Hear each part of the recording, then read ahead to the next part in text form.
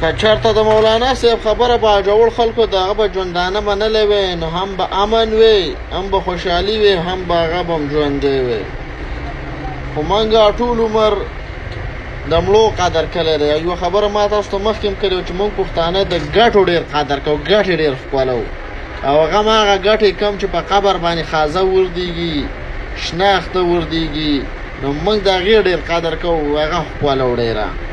که چېرته د مولانا صاحب موږ په ژوندي قدر کړی د هغه خبره موږ منلی وې نو هغه به هم ژوندی وې او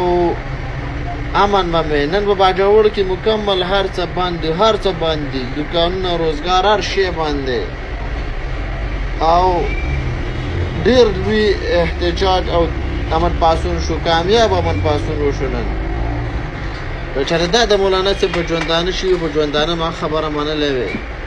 مولانا صاحب هم ژوندی وی تاسو هم خوشحاله وی و هغه یو لیکوال انسان و د راتلونکي نسل ته پته ولګي چې د مولانا صاحب څومره قیمتي هستي لاړه بیټۍ مټۍ